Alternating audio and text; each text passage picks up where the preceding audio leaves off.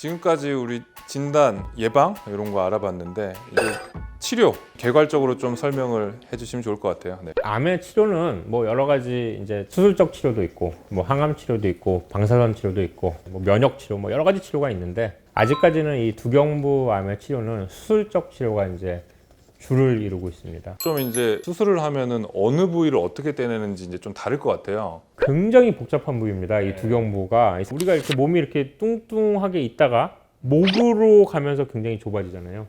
거기에는 이 배에 있던 모든 기관들이 다 이제 얇아져가지고 다 지나가잖아요. 모든 부위가 다 기능을 하고요. 기능보다 더 중요한 게 미용이잖아요. 사실은 암을 제거하는 거는 그렇게 어렵지는 않아요. 그래서 암이 2cm, 3cm라고 하면은 실제로 떼어내는 거는 5cm의 큰 이제 안전역을 두고 떼어내는 건데, 그렇게 떼어냈을 때 와, 이거 이렇게 떼어내면 환자가 못 먹는데, 이렇게 떼어내면 환자가 말을 못 하는데, 이런 상황이 생기는데 다시 기능을 할 수 있도록 갖다 붙여주는 걸 성형외과에서 담당합니다. 그래서 저희가 어떤 두경부암 수술을 이제 한다 그러면 암을 떼어내는데 5시간, 성형외과에서 재건을 하는데 5시간 이렇게 걸립니다. 사람 같은 경우에는 이제 암 병변을 떼고 나면 그것도 재건을 하나요? 혀를? 혀에 이제 한 3분의 1만 남아도 말소리나 음식을 먹는데 별 차이를 안 느끼게 할 수가 있어요. 뭘 어떻게 하죠?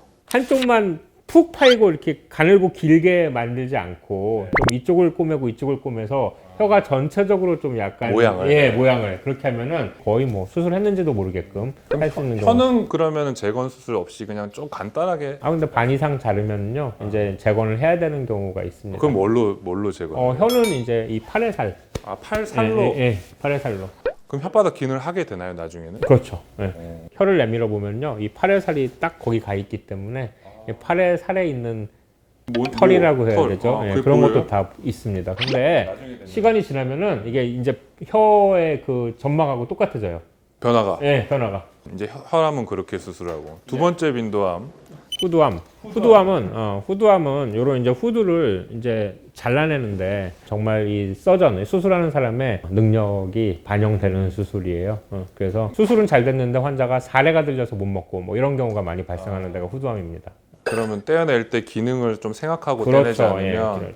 이제 문제가 생기는 거예요. 네. 근데 이거를 잘라내고 나면 이 기능을 할 게 있어야 될 거 아니에요? 이 윤상연골에 암이 침범을 하면은 어쩔 수 없이 후두 전 적출술을 해야 됩니다. 그러면은 요 앞에 이렇게 구멍이 생기게 되고 음식은 입으로 먹되 숨은 여기로 쉬는. 그래서 이제 수술하신 분들 중에 여기 여기에 구멍이 있는 반이 사람들. 하나 있고 그러면 이제 그 위에 쪽은 없어져도 그거 괜찮습니다. 그리고 세 번째 빈도 이제 편도암은 어떻게 수술을 하게 되죠? 편도암은 약간 치료 방법이 최근 들어서 이제 변하고 있는데, 일단 첫 번째로 그 인간 유두종 바이러스에 감염이 돼 있는 편도암인지 아닌지를 봐야 돼요. 그 유두종 바이러스에 감염이 돼 있는 편도암이면 그거에 대한 항암 효과가 너무너무 좋은 항암제들이 많기 때문에 나왔어요.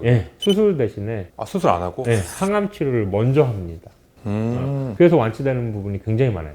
대신에 그런 이제 유두종 바이러스가 없는 편도암은 목하고 입 안으로 들어가서 편도를 제거하고 이제 목에 있는 임파선을 띄다 보면은 편도 바깥쪽에 이제 구멍이 뚫려요. 목하고. 그걸 또 팔에 있는 살을 떼다가 수술적 치료 외에 어떤 항암 치료라든지 그리고 방사선 치료 그거 하는 경우는 어떤 게 있는지 설명 부탁드릴게요. 암도 혀에 생기는 암이면 혀에 있는 다른 세포처럼 좀 생겨야 되는데, 이게 뭐 이 암은 어디 뭐 뱃속에 생겨도 그런가 보다, 폐에 생겨도 그런가 보다 하는 원시적인 그런 이제 암일 때는 퍼져나가고 있는 뭘로든 이제 발달할 수 있는 이런 거기 때문에 추가적인 항암이나 방사선 치료가 필요합니다. 그리고 분명히 이렇게 수술할 때 충분한 안전역을 포함했다 해서 이제 띄었는데도 불구하고 가장자리에 암이 보인다라고 이제 병리과에서 주면은 항암 방사선 치료가 필요한 경우가 있고요.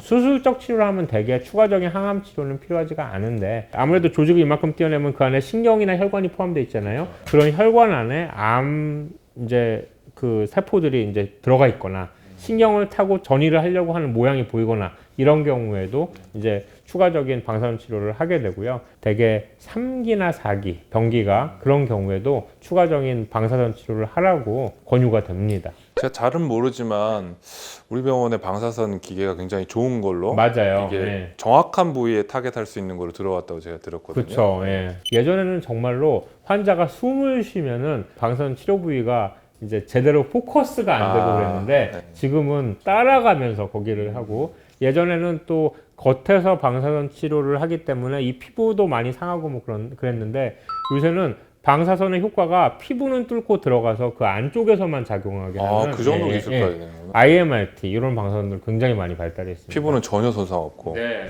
지금까지 이동진 교수님 모시고 두경부암에 대해서 예방, 치료 이렇게 알아봤는데 마지막 이제 시청자분들께 메시지 하나 주시고 이 자리를 마무리하고 싶습니다. 네. 두경부암은 우리가 쉽게 본인이 이제 자각 증상을 통해서 알 수가 있는 질환이기 때문에 평소에 안 만져지던 뭐 혹이 만져진다거나 무슨 입안에 궤양이 좀 지속된다거나 하시면 참지 마시고 저한테 바로 오시면 되겠습니다. 감사합니다. 감사합니다.